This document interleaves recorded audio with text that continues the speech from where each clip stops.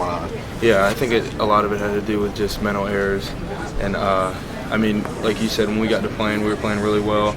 But just the little mistakes that are adding up to big plays is the biggest thing that's killing us.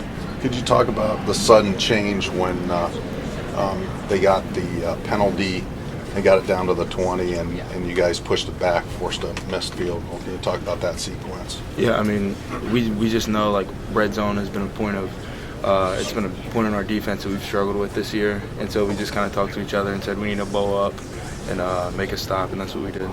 How did you feel like Jay Hayes played on the D-line today? I think he played really well.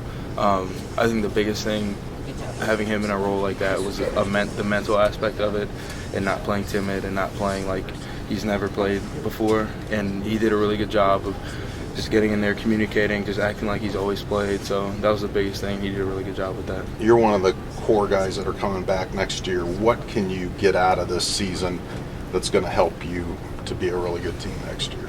I mean, I think the biggest thing is just going to be focusing on all the details, learning the playbook in and out, and everybody just kind of like fine detailing their work like that.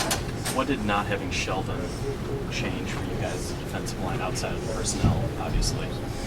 I mean, I think personnel is the biggest thing. When you have a guy who's pretty much an All-American, he's a really good D lineman, I think personnel is the biggest. I mean, I don't know what outside of that would be huge, but I think that was definitely the biggest thing. It's loaded with sophomores. You and Cole kind of almost. Yeah, it's weird.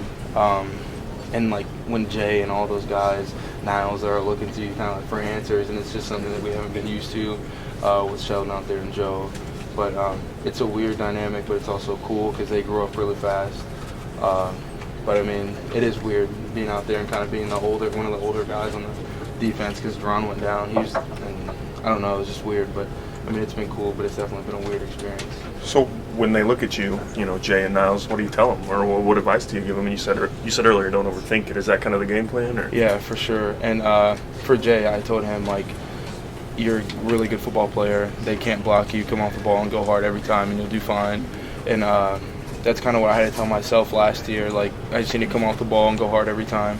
And so, I mean, he did a good job of responding to the game and the change of the game and all that stuff like that. So, a good job. As painful as the string of losses is, the fact that you guys are as young as you are, especially defensively, does that help you get through this a little bit more, help you be a little bit more resilient, knowing that this is a long-term deal, not just a short-term deal? Other than Yeah, for the I mean, seniors today. To a certain extent it does, but like you just mentioned, in a game like this, none of that, that doesn't matter because we're playing for the seniors. Right.